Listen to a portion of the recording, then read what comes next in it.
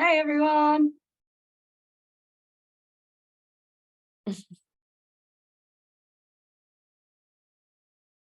We're just getting our PowerPoint up and then we will start. So just bear with us.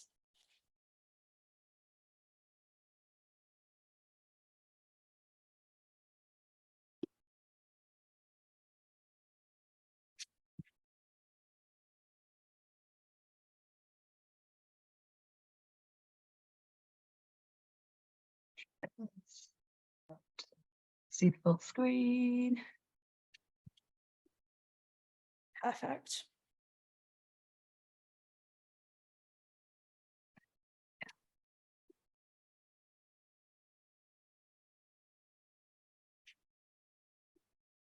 Alrighty, we'll give it another 30 seconds, just see if we could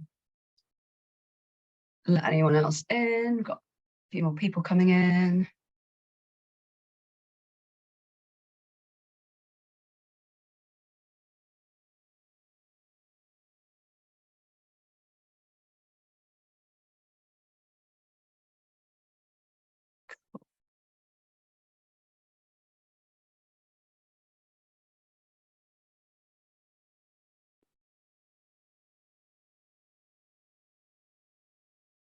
Hopefully it'll keep telling me when people come in. I don't actually know how to turn it off. I'm not very good at Zoom. No, that's fine. We'll get there. Right. Okay, let's get going then. So welcome. This is our leadership and coxing workshop. So Sasha and myself. We're going to just talk through a few things. We've got a few slides to go through, and then we'll hopefully get through that within like 25-ish minutes, and then we'll leave around 15 minutes at the end for questions. So if we do overrun, classic coxing talkers, if we do overrun into 30 minutes, then hopefully we'll be perfectly on time for the 45-minute slot. Slide. Oh, there we go. Perfect. So a little bit about us, just introduce ourselves first. So I'm Sasha. I am a cox, obviously, and have been coxing for a really long time now. I think I worked out the other day, it's been about 16 years that I've actually been in the sport, so a really long time. And leadership for me has been quite a big point, I think, not only in coxing, but also just I'm quite excited about speaking about it because it's something that I've had to develop through coxing, and I've used it in my career now and in all aspects of my life. So I genuinely think it's one of the most important traits you're ever going to learn whilst you're in the boat. And I think the journey to learning it is a little bit longer for people, but hopefully we'll get you there a little bit quicker than necessarily how long it took me and Tilda to get there. But yeah, so just the fact that I've used my leadership skills in other places in my life, but also I genuinely think it leads to really good teamwork. So yeah, that's why I'm excited about this talk. Amazing. Yeah. So I would also like to echo Sasha's passion. So I think something for Sasha and I that leadership has been really prevalent in more so, I think, our later coxing journey, and then even more so now that we've left coxing or moved on from coxing. And I think that so obviously Matilda, also I coxed, and I think that it's quite an interesting one, leadership.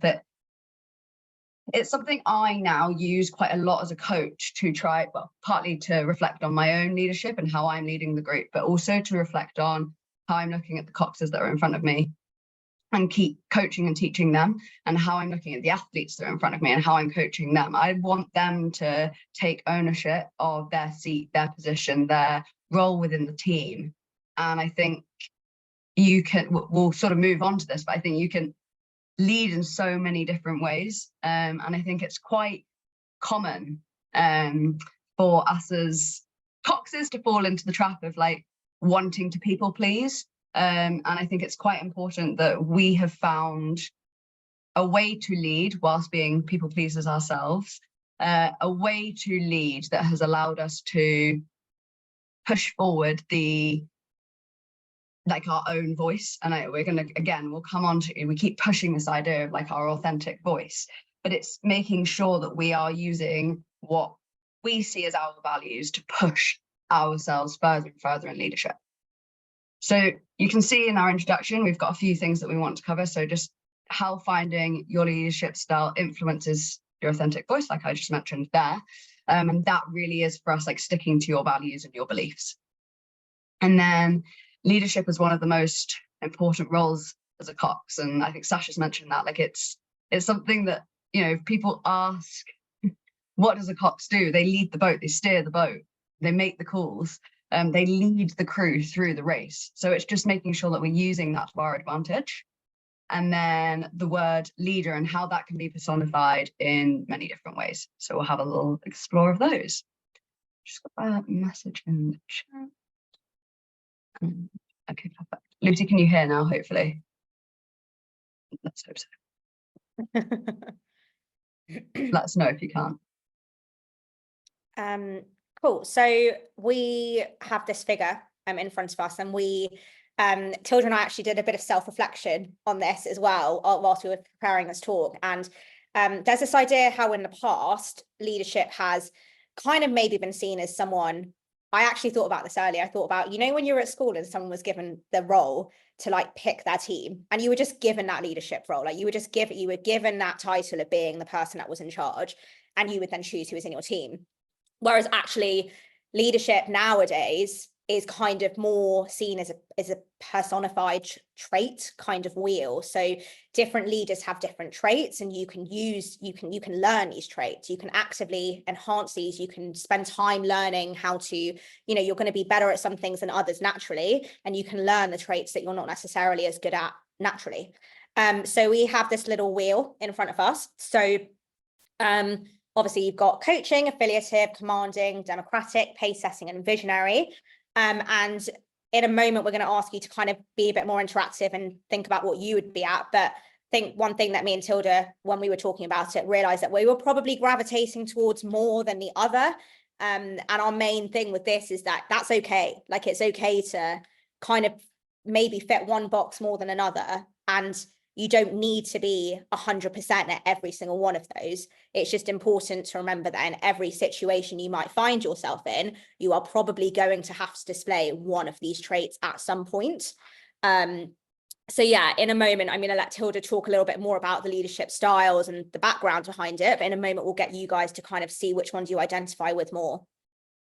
Yeah, absolutely. So I think Sasha's hit the nail on the head there about how, like, the two of us probably fall into one category. And I think that it's interesting when we look at like the WOX mentors as an example. We know each other quite well, so we can talk about that. And I think it's like, we all lead really differently. Like, we're completely different types of people. And I know that at different times in our careers, and Sasha and I also spoke a lot about this when we were preparing this talk, we definitely looked up to and at each other within all of the WOX mentors. And we looked at things that the other mentors were doing in their coxing, and we thought that's really cool. Like, I wish I had the confidence to do that. And I'm pretty sure that actually it was just a different way of leading and a different type of leading. And at different points of our careers and different points of our coxing journeys, we will have represented or demonstrated all those different things that you see on that wheel in front of you. And I think it's quite important to say that. So this is Daniel Goleman, who is the psychologist behind the creating this wheel, and it was like not that long ago, like 20 years ago. It doesn't seem that long for somebody to sort of just go, actually, this is how we should be looking at leadership, not your typical like person that comes in and is bossy all the time. And I think that to me, that seems quite crazy, but if it only started being thought about 20 years ago, no wonder the two of us like didn't start thinking about this until really recently. Mm. So that's the first thing I wanted to say about it. And then when we look at, so we're going to ask you to do a task, but when we look at these sort of coaching roles, the little speech bubbles that come out the side kind of give you like a snapshot view of what that type of leadership sort of leans towards and pushes towards and falls into. And I think that something that's really important is, and Sasha touched upon it, you won't be just one of these. Like, you will have naturally within your values a sort of 2, 3 maybe 4 in your categories that you are really comfortable. And I think that for me, for example, when I first started to look at this, I did a course in coaching, and I think that for me it was decided that in the learning environment, I'm not incredibly confident because it's new and it's different and it's something that I've not done for a long period of time. In the rowing world, I wasn't very confident, and then it sort of built up, and 20 years down the line, we'll keep that quiet, 20 years down the line, like, I'm much more confident about it, and I know that I can fall into different types of leadership on this wheel.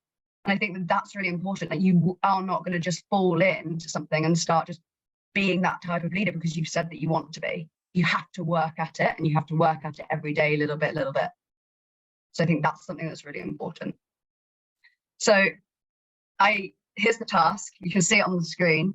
I'd like you to reflect on what type of leader you think you might be, or which few that you sort of resonate with, that seem like the one that you would be. And the words kind of speak for themselves, but as you say, like, the speech bubbles add a little bit of an effect.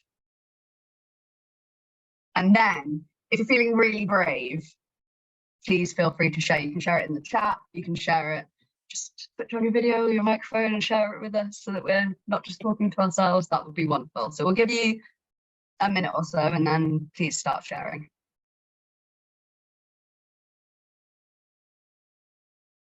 Sash, did you do this as well? Yeah, I'll do it. get my pen and paper.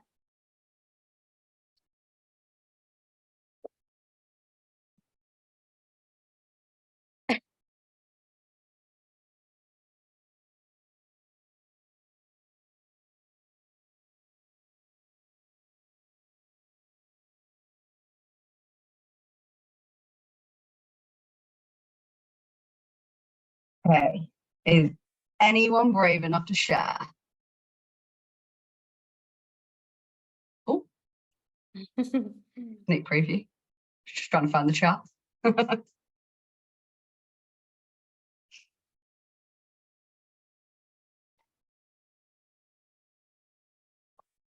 Oh, there's someone. Yeah. Oh yeah, Charlotte. I can share. I'm not English speaking, like, it's not my first language, so I'm sorry if Okay, you're doing it's brilliant. not completely right all the time. I was also wondering, like, in what situation, because I think my leadership role when you're actually inside the boat is different from when you're outside the boat. So I think when you're in, or when I'm in the boat, I'm mostly resonating with, like, the coaching, but also a bit of the commanding style, because you want, like, I want them to try things that I like, assignments I give them, but I also want them to listen and not have a discussion about it in the boat. Mm-hmm. But then I think after training, when you have, like, a reflection on how the training went, then it's way more democratic. So then I also really want to know what other people think, or in, like, a mid-session evaluation of it. But then when you're actually rowing, I'm not gonna ask, like, oh, what do you think we're doing, or something. So it also kind of really depends on at what time, like, what kind of leader you are. So there are certain points where you really need, or where I feel like I need to be in command and they just listen to what you say. But then That's awesome. also want to check if that's also good, but then you do it in an evaluation moment and not in a training moment. Yeah. Honestly, I think you've essentially just validated it all. Would you like to do the talk for us? Yeah, feel free to come up with us.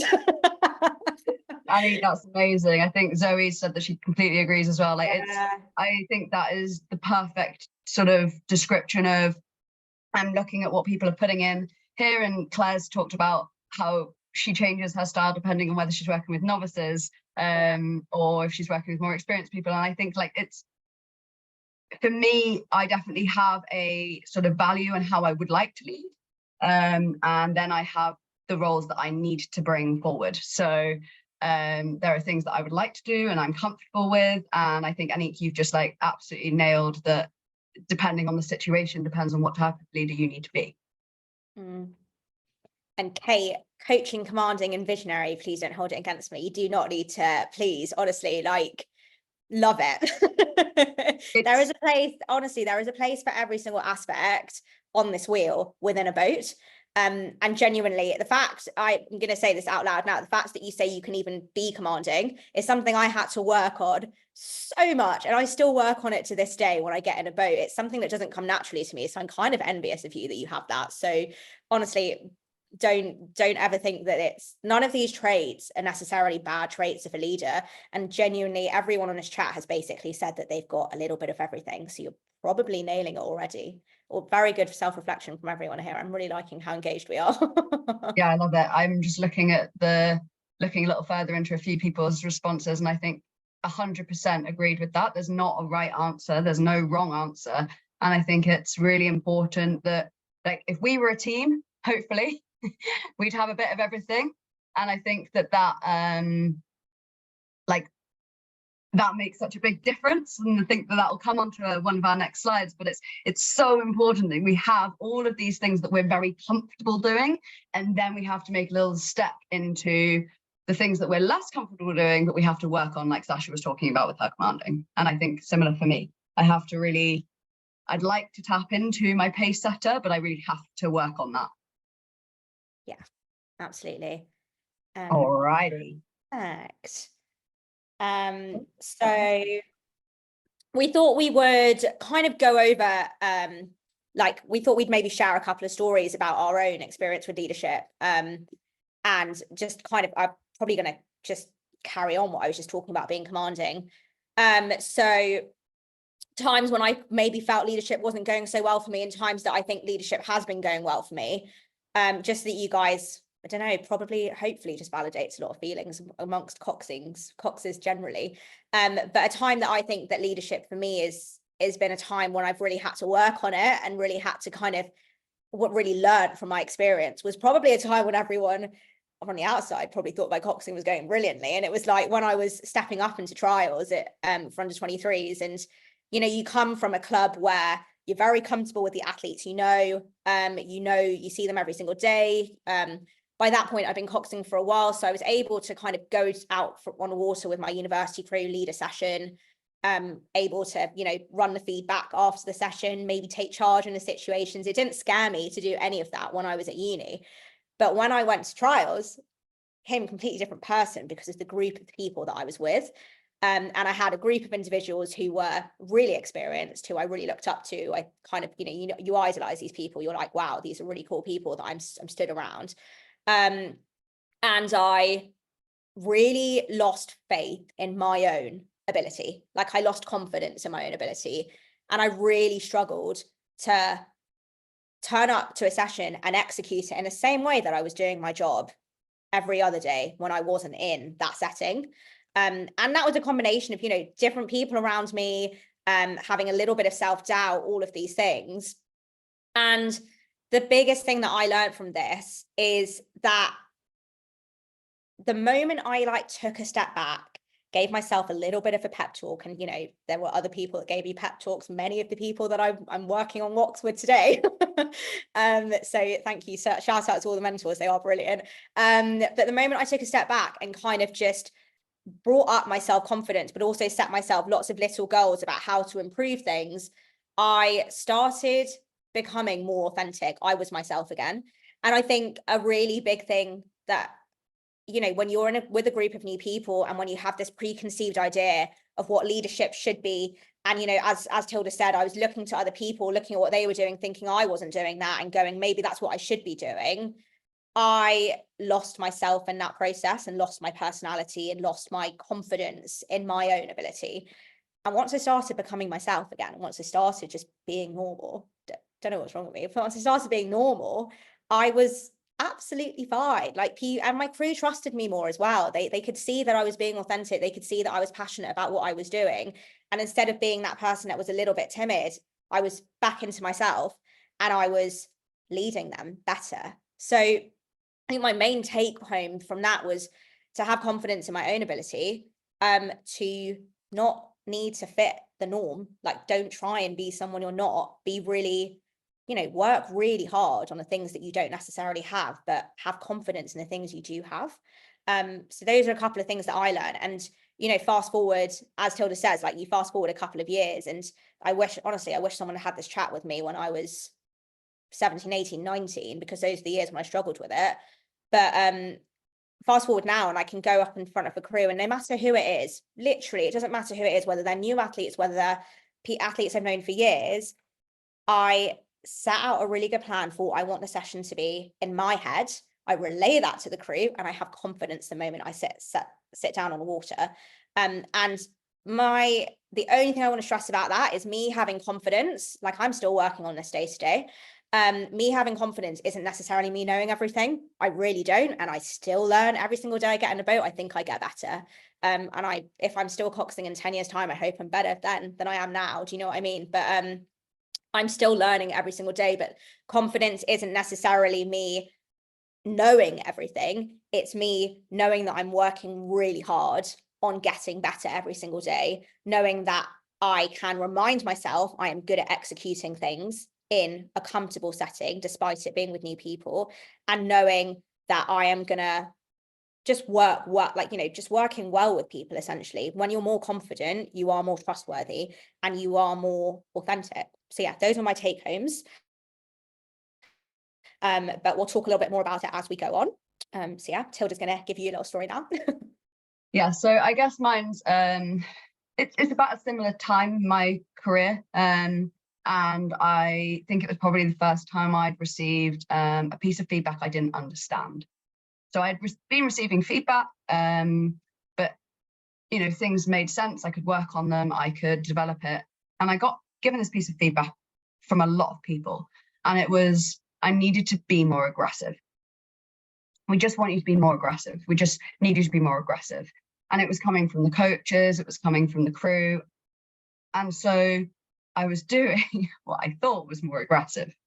And day in, day out, I was getting in the boat and I was trying to be more aggressive. And so I was just shouting more, and I was trying to get the crew more hyped up. And I was becoming similar to Sasha. I was moving further and further away from what I knew and what I trusted and what I believed in, and those core values, and, you know, my affiliative democratic side of myself, I'm going to use the wheel, like, was just getting lost, and I didn't know how to tap into that while still being myself. So I was moving further and further away from being me, and closer and closer to being this sort of unknown, and I wasn't continuing to develop my strengths. And I think that it took me years, if I'm completely honest, to work out what people meant by being more aggressive. And what I realized was that actually they wanted me to know how I was going to lead that crew. They wanted me to know how to be more authoritative on land, be more commanding and clear with my calls. They wanted me to know that I understood that when we needed to move and when we needed to go in a race, I was ready and prepared to make that call and allow that to happen. And I think that it was really challenging for me over, you know, sort of finding that. But once I understood that I could just create it by being and knowing what type of leader I wanted to be, I could then work on what I was good at. So I was told, like, oh, your boat feels great. Awesome. So actually make that the base of what I'm doing every single day. So every single day, get in, feel the boat. That's your strength, use it. Then try to work on something on top of that. Don't try to get in and immediately start changing things. Get in, make yourself comfortable, get the things that you know you can do well, right? And then start to be, okay, how do I then dial this up for it to sound a little bit more aggressive or a little bit more commanding? How do I make them realize I do have authority? And I think that because I had to start that journey on the land, the boat feel thing became really stressful and really chaotic. And I was like, well, I don't have boat feel, I'm on land. But actually, it's clearer than that. It can be marked out in the briefing. I can say, well, this is my goal for the day, or this is the goal this is what I'm going to do that I know I can do well. And then I could go, okay, well, how on the land am I going to be a little bit more authoritative and get these people hands on the boat and not putting a hole in it or whatever it might be.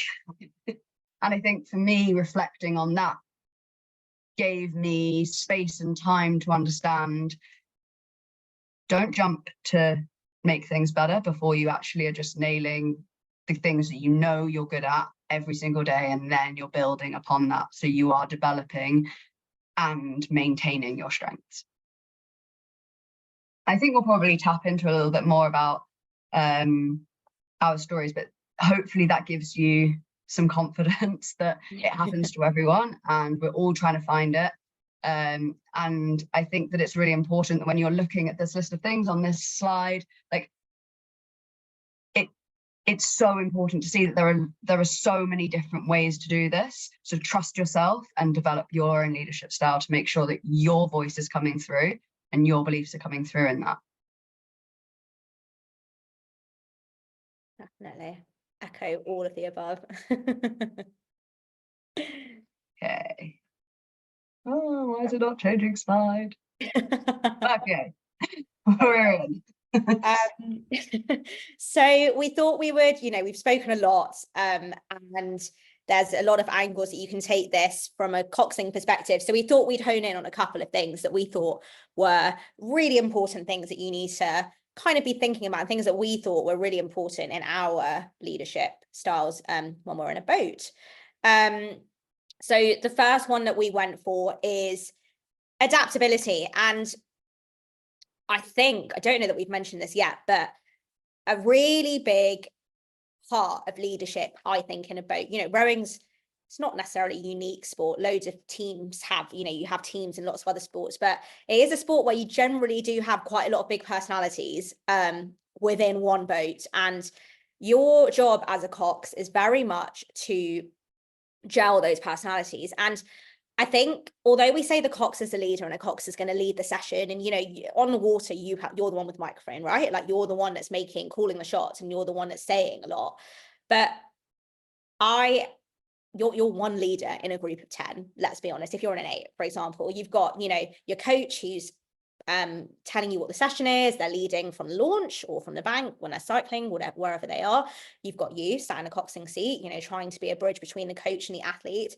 You've got your stroke seat, who is got their own leadership role in setting a rhythm. You've got your 6 seat, who has got their own leadership role in setting up the powerhouse. You've got your bow pair, who are probably trying to get in on it and get sharper. Every single person in that boat has a leadership role. And it would be really unfair to say that we were the leader in that boat. So I think adaptability in terms of being a Cox is that I think you need to figure out what that crew needs and what you're missing from your wheel. So, if you've got 10 people and you've got 6 traits on a wheel, you've probably got at least all of them in someone. But what is it that the crew doesn't have enough of? What gap can you fill in the coxing seat? And I think that is a really, rowers are going to get in the boat and they're going to work really hard on their individual technique, and they're trying to row with each other.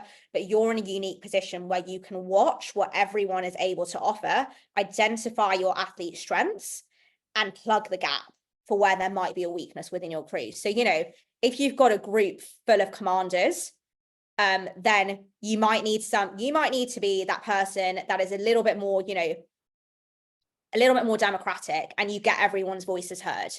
But if you've got a group, let's say you have got a group who is, needing a bit more visionary, like a little bit more of someone that's going to bring it out of them.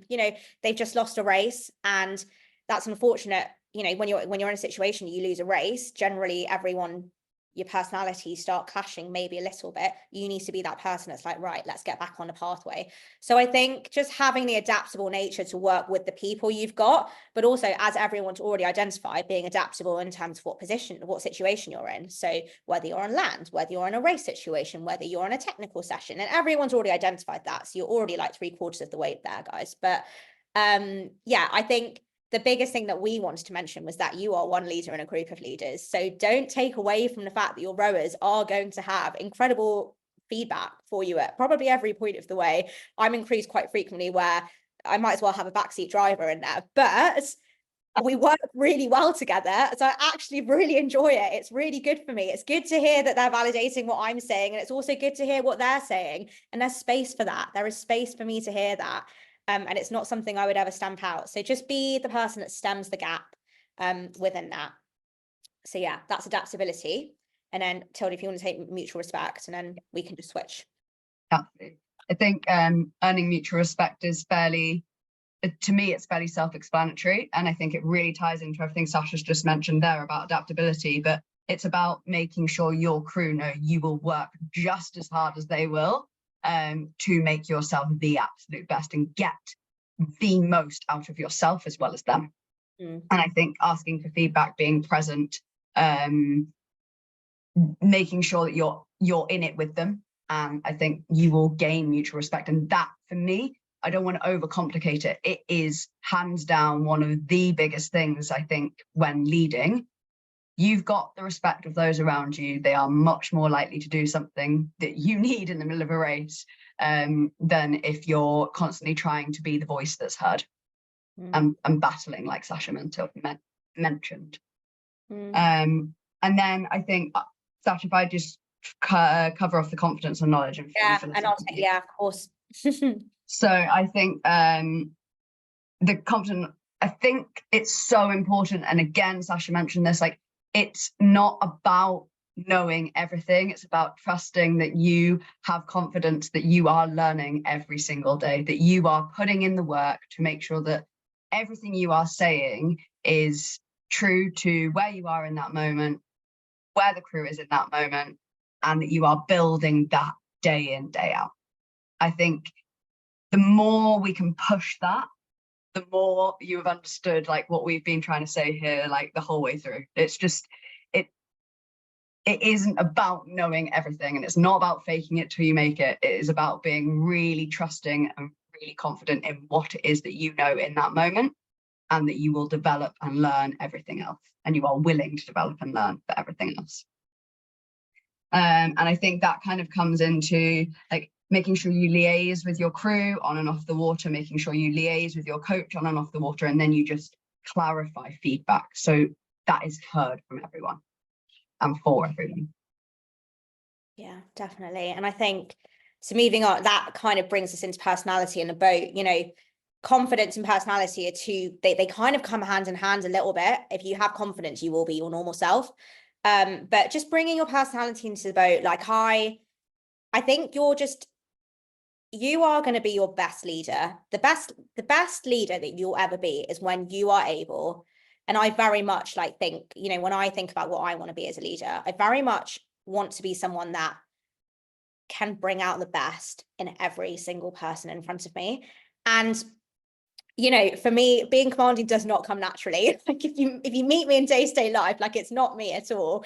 But the way that I've kind of made Coxing my own has been to just be myself and to just try and bring out the best in everyone that sits in front of me. Like, I very much see my job as someone that will help someone, you know, understand the psychology of my athletes and get them working hard, almost get them, you know, inspire them to work harder from a position of just being that person that's ready to push them in a way that they need to be pushed, or you know, talking to them if they're having an off day, those kind of things. So I think just bringing your personality into the boat, and it almost just echoes what I was saying earlier, in that the moment I started being myself in the boat, when I was doubting myself, I just gained so much more trust from everyone because they realized that I was really passionate about it. So, you know, none of us would be getting up at 4 a.m. or 5 a.m. and sitting in, God, this weekend was so cold, I can't tell you, you know, none of us would be doing those cold sessions if we didn't love this sport. Like, let's be honest. And none of you would also be signing on to a webinar with Coxers like us if you didn't absolutely adore what you were doing day in, day out in the boat. So, you know, let that passion come through. Let that excitement, that enjoyment for the sport come through in your voice. And you will automatically become a leader because you're going to bring energy, you're going to bring positivity. that's another thing. Like, I think leadership, you know, if you tell people what to do, sometimes it can become negative. Be positive with like everything that you do. People are going to look up to you if you're positive when you're in the boat, you know, and you can be a bit too positive sometimes, you know, you don't want to be like, everything's all, you know, sunny, everything's rainbows, but having that balance between being really positive and enhancing good things from people and bringing out that potential in them is what's going to get you into a really good leadership position. So yeah, just be yourself, personality wise. And then we thought we would maybe just put in some stuff for the coaches, maybe on the call, for how you can bring out these 4 points in your Coxes. And we thought it was really important to just empower your Cox to become a better leader. And in order to do that, reflecting on my coaches in the past, like the times that I felt really supported in my leadership style is when the coach has gone through me with things. And they've, you know, they've definitely been the one calling the shots, don't get me wrong, but they are discussing things with me. And then the crew knows that you're the person that knows what's going on. Like, you can lead and you'll become an extension. If you speak to your coach and you have a good working relationship with your coach, and likewise, if the coach is going through the Cox, you'll become an extension of the Cox will become an extension of the coach. And likewise, like you'll work better together. So yeah, don't know if there's anything else you wanted to add on that, Tilda. No, you've nailed it. And I just was reading Zoe's message here about trying so hard to be serious and impress people, that actually you can crack a joke. Like, sometimes the best way to get through to people is sarcasm. You know, and I think it's making a joke, it's having a laugh. And I think that like, yeah, I think you've nailed that, Zoe. It's like so important to make sure that you get through, exactly as Sasha's saying, your voice, and that the coaches enable that to happen and push your Coxes to allow that to happen. And I think that you've really highlighted there. I think you want to be an extension of both the coaching team and of the rowers. And I think that if it's going to take time, but you toe that line well, you're going to please everyone without meaning to, without needing to try to. And I think that's really key. So we've got 2 more slides. However, these are kind of, without meaning to be, they're kind of read your own slides a little bit. Let me just go on to this next one. So I find it difficult to change the slides today, but these are kind of like read your own. These are sort of our little summary notes. And I think whilst you're having a read of these, and you know, we could read them out, but I feel like that would be a little patronizing. I think I would just like to reflect, and I think, Sasha, I'll ask you in a second, but I'd like to reflect that now, for me, knowing about leadership and understanding, reflecting day to day about what I look into, like, I know that I am leading well when I can close the door on what's happened. Like, I can compartmentalize, I can be so involved and so engrossed in what's happening in front of me, and then I can close the door and go home. And yes, I might reflect on it, but I'll create time to reflect on it, and then that'll be that. And I know that from that point, I've done what I could in that situation. I feel content and happy, and I've reflected, so that there are things that I could do better, absolutely, and I'll take those away, but I won't then sit and dwell on it all day. And I'm sure we all have had those moments where, like, a rowing session has dictated our mood for the next week, let alone the next like hour. And I think that it's really important that, for me, that's my reflection personally. I know that I'm leading well, and I can close the door, I can go home, and I'm not contemplating and thinking about that for the rest of time. And Sasha, I know that, like, in your job now, you're leading so many incredible people and you're doing an amazing job of it. And I just wondered what your thoughts are on how you reflect and how you feel at your best when you're leading. And perhaps like, I don't know if your job's a good place for you to give an example of that, but I think the biggest thing for me is that I know when I'm leading well, when I'm confident in myself. And And like, for me, that's the biggest thing. It's the biggest crux. When I turn up in any situation, it does not matter. It can be a boat, it can be my career. Like, if I'm confident that I know that I'm working really hard at something, or I'm confident that I know that I am just being myself, that's when I'm the best leader. And I think what Tilda's reflecting on slightly there is that I'm now in a very different setting. I kind of stepped away from rowing a little bit. I'm coaching, but I'm very much, I've worked on intensive care recently, and it's a really stressful environment to be in, but it's a group of people that are all leaders. And I don't think that I could have done anything that I've done without being a Cox, because it has taught me so many lessons. It's taught me how to have courage and how to like have just be confident in decision making in times of stress. And without that confidence, there's no way that I'd be able to do the job half as well as I'm doing at the moment. So it just echoes more that, like, be ready to just, whatever skills you learn from today, you will take on for the rest of your life, and whatever you learn in the boat, you will use outside of the boat. So this is an incredible, time for you guys to reflect on what you've learned and just shape yourselves into better leaders. So actions that we thought that you guys could consider going home with, and doing some stuff at home. So we've spoken a lot about just like, I guess the theory of being a good leader. We thought we'd give you guys a couple of things that you could maybe do when you go back to your clubs.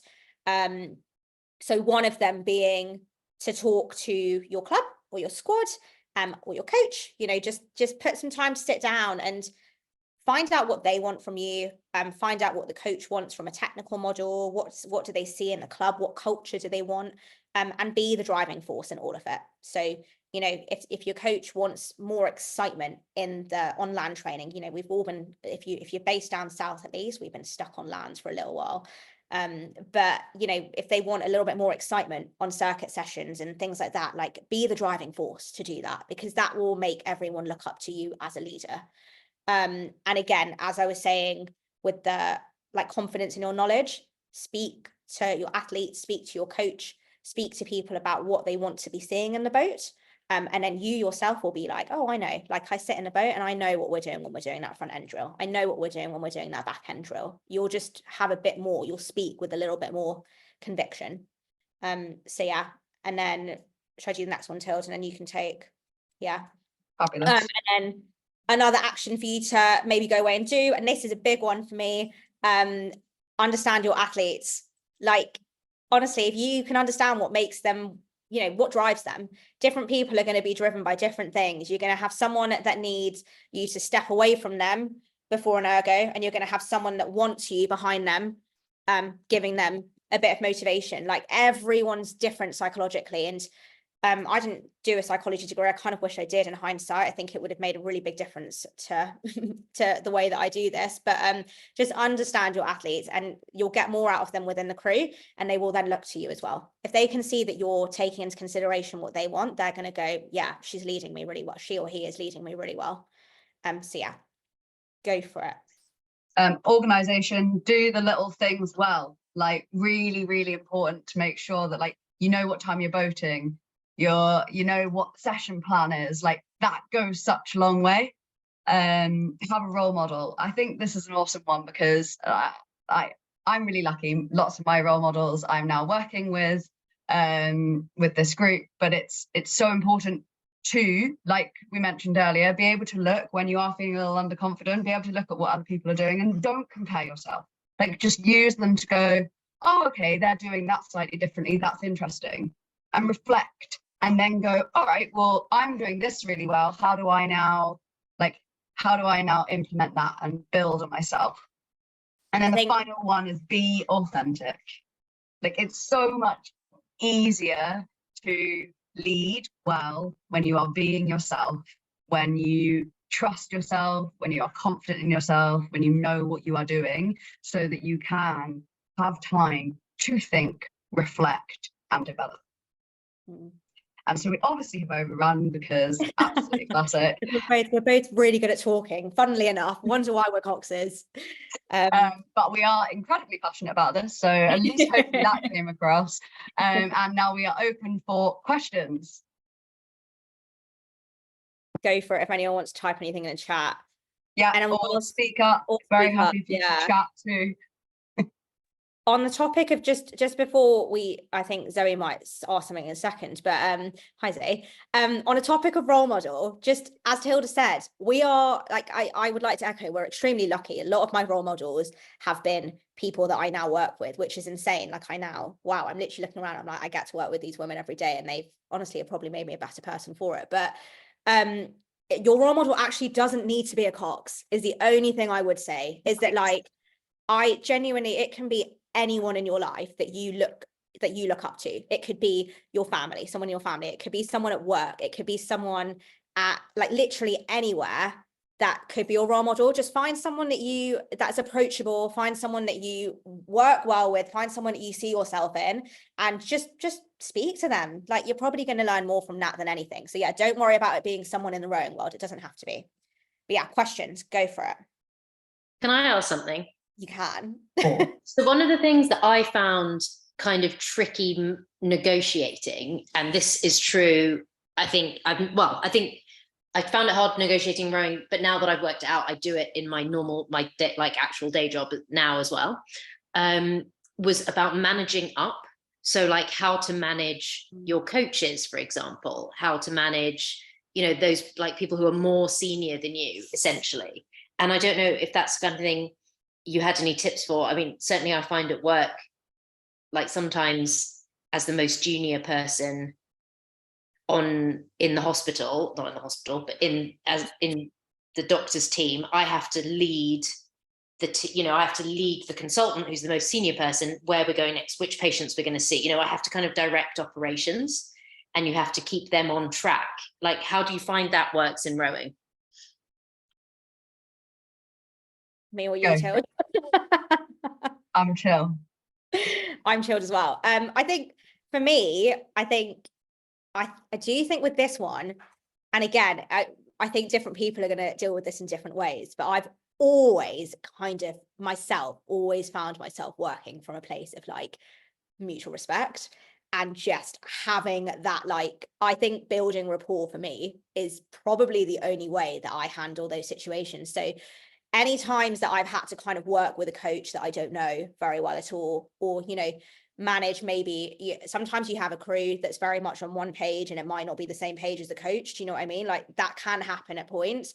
It's been about building a rapport with that person that I've been working with, to then have those conversations with. And I do think one thing we haven't mentioned, but I hope it probably would have come across, is just communication, having effective communication. And you guys will all be brilliant at it because you're Coxes, and you can talk for England just like me and Tilda. But good communication with people and articulating what you want to achieve from them and explaining that to them is the only way you're going to move forward on the same page. So I would probably go from there, build rapport, have mutual respect, and then communicate really well with them. But I don't know, Tilda, you probably have experienced this far more than I have, so I don't know. I really, really agree with that. And I think I would have absolutely started with building a relationship, building rapport. And I think that the last thing you said there was amazing. I think that it's so important to be so clear. And I think I have to, in these situations, just go in and be like really bold and just decide that I am going to lead. I just decide that my voice is going to be heard. And it sounds really silly, but I think if I make that decision before I enter the situation, then I know that I can, or if I give myself 30 seconds to make that decision before I then enter the situation, or when I'm in the situation, I breathe, think about it. I then articulate my response in a much more effective way, or articulate whatever it is that I'm going to say in a more effective way. I think that for me is the only thing I would add. Claire, that's an awesome question. I don't know what you think, Sasha. For me on this one, like, I very much believe that every crew, it's not necessarily men and women. It may well be, and I do think women, I do think we have this idea that we coach differently. women Yeah. and female athletes the same as, or like small men, and I really don't like that. We do have to coach them differently, and men and women are different. And I do think they may prefer different leadership styles. As a Cox, I truly believe that it comes from a place of every crew needs a slightly different leadership style. So I think they're two slightly separate things in my mind. I don't know what you think. Yeah, I would agree. I kind of have had this in terms of like, I went from Coxing woman junior to university, and then jumped in when I came and joined a club down south, and I left uni. I actually started Coxing men. So I've kind of had the like two different changes, and I don't actually think, again, I'm gonna harp on about this again, I genuinely think I don't think that there's necessarily a different leadership style that I've chosen, but I did notice a difference in my confidence. So I noticed that all I can say is that it doesn't matter whether it's a male or women's crew. For me, it's about going in with a really good idea of what I want to achieve. Yep. And then when I go in and I go into a crew with a good idea of what I want to achieve, I know I'm going to execute that. So I think I agree with Hilda. There has been, and it's kind of systemic, right? Like there's this idea that women are going to want something different to men, and that men are going to react differently to something than women. I actually don't think that's the case. I think human psychology is probably pretty similar, but if you can step into a crew with really good understanding of what you want to achieve from them, it will be heard in your voice and they will listen to you, is what I think. So yeah. And I think where sorry if I'm repeating myself here, but I think where the difference is actually physiologically it will be different. Like coaching women is different to coaching men, and I think it's just a physiological thing. So I think that for me is where the difference lies. Looking at the questions. Yeah. How do you still be a leader when you feel you're being undermined? This is a great question. Coach? That is a really good question. I'm just going to thumbs up it so that you get the validation from that. I think that this is such a tricky one, isn't it? Because it can happen quite a lot. And you are one person. I do think one of the biggest challenges as a Cox is being one voice in a group of loads of voices. So it can feel like you're being undermined a lot. And I think that comes down, for me, it comes down to communication again. If you feel like you're in a position where you're being undermined, the only way they're going to know that is if you speak up about it and you speak to them about it. And, you know, like, I think it is really hard when you're on the water and you think, you know, as a Cox, sometimes you're taking feedback on, like, you're getting 5,000 different comments from 5,000 different people. And as Tilda said about leadership, you're not going to become a different leader overnight. You're also not going to become a different Cox overnight. Like, it's a skill that we all work really hard on. You're not going to be able to suddenly wake up one morning and do exactly what your 7C asked you to do the day before. Like, you just can't. But if you are open, again, it comes down to being authentic. It comes down to communication. If you are open and honest with your crew, and just touching on what Tilda said with her little story as well, she said that she would almost go in the brief of her session and say, this is what I'm working on today.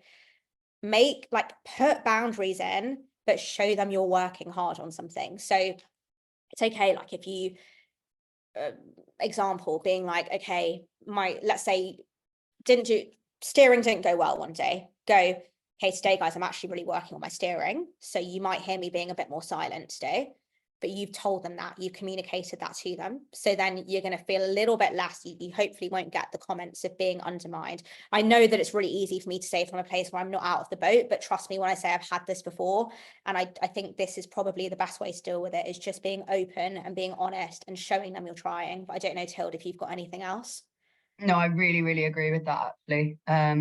I think the main thing you said, and I will just echo, is, like, do not be scared or do not shy away from speaking out and saying, you are, by acting this way, you are undermining me and my role.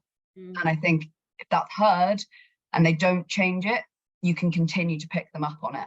If it's never heard or it's never said, and you have to be so explicit when it comes to things like that, I think then unfortunately it'll just continue, and we've all been in situations, I think, like that. I think, Anit, you've just asked a great question here, and I do think this ties in a little bit, not entirely, but in my brain the flow is going. But do you have tips on leading a crew where the coach or rowers don't acknowledge the full potential of a cox, such as cox should just steer straight. Right. Yeah. It's a day old thing of when you tell someone what you do and you say, yeah, oh, I cox.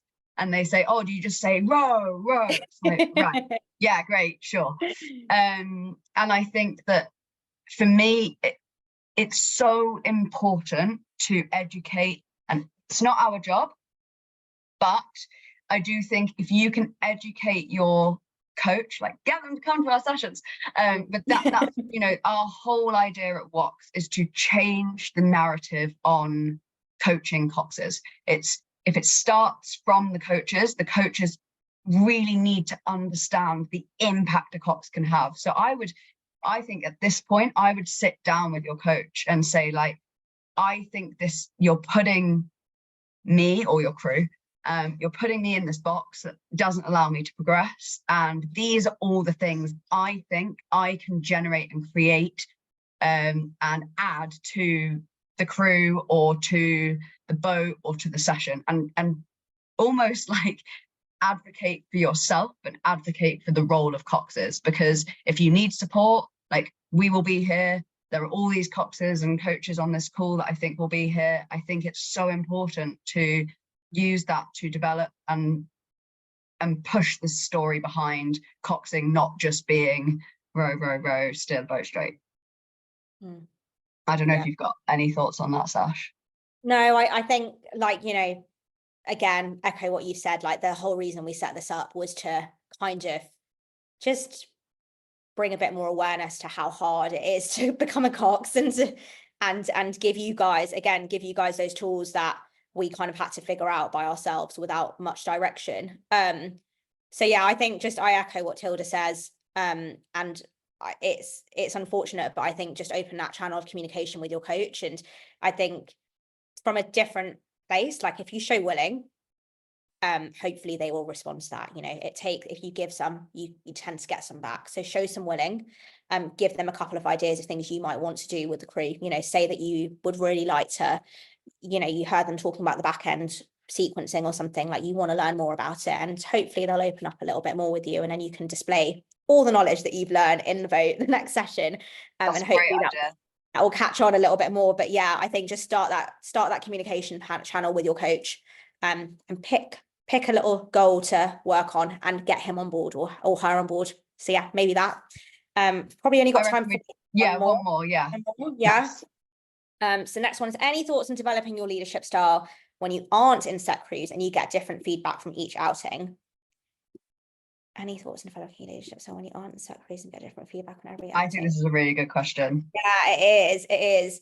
Don't know. I don't mind. Who do you want to go first, Tilde? I can jump in if you'd like. I've got a few ideas. So I think. Right, you jump in and then I'll. Nice. So I think for me, like, it's really simple, this one, in some ways. Get a bit of paper or however you work and write down your strengths as a cox.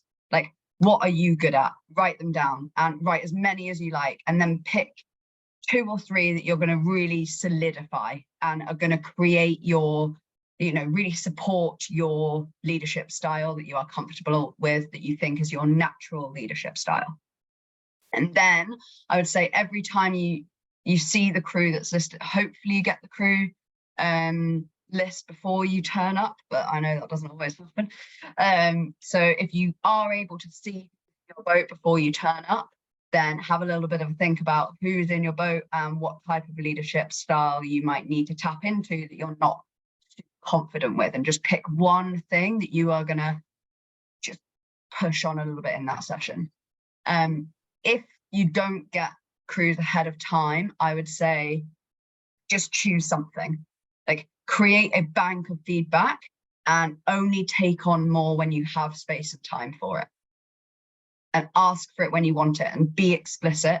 Comes back to what I was saying before about, in your briefing, be explicit. Today I am going to work on being more of a pace setter by being more directive with the boat speed and giving more feedback on the boat speed. And then at the end of the session, you can say, what did you think about how I was with using boat speed, and do you think it was any good? So you are always giving yourself a framework to work within, and then that's how you're developing and getting better. I think all brilliant things. I think the only thing that I would add to that is that try not to, it's really, it can become quite disheartening when you get different feedback from different people. It's the only thing I would say is that like you could very easily fall into a trap of thinking that your leadership style has never been fully developed, because you're going to constantly get feedback from different people with different personalities and things like that. And I think just recognize that we're in a role where not everyone is going to like everything you do. Not everyone is going to like everything you say. Not everyone's going to like your leadership style. And this is a whole nother can of worms that we're not going to open now. But there are going to be times in your Coxing career where you're probably not selected because of something like that, because you weren't the best fit for the role. And just so do everything Tilda said, but have that self-reflection moment after, where you just tell yourself, you know, if a crew hasn't necessarily liked that leadership style, it doesn't mean it's wrong. Like, it really doesn't. It just means that it wasn't the right fit for that crew. So I think just have that bit of self-reflection after every session where you go, you know, write down your strengths and weaknesses and celebrate your strengths. Don't focus on the weaknesses, celebrate on your strengths and keep pushing them. But yeah, I think that's Sasha, I actually think that is the best thing to finish on ever. I think like you've nailed it. It's exactly that. That is, if we could teach them anything, if we could teach anybody anything, if I could have learned this earlier, that is what I wish I could have learned earlier. That definitely.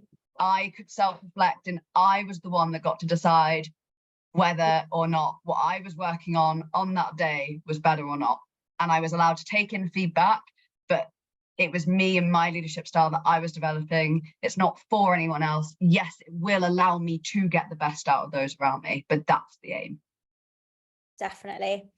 But yeah, thank you guys. I think we're gonna say that's the end.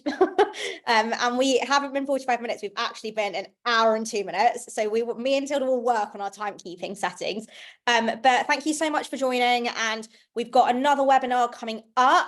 Me and Zoe are taking the next one. I don't know if Zoe's still there, she wants to hop on. Me and Zoe will be taking the next one.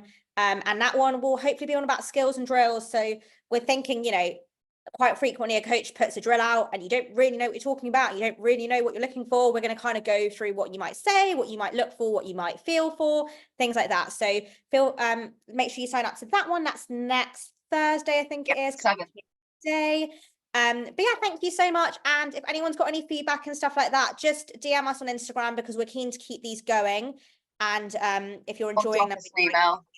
Yeah, or email. If you're enjoying them, we'd like to hear that, and we'd like to hear more ideas. So just let us know. But yeah, thanks guys. Thank you so much. And have a good Christmas if we don't see you again.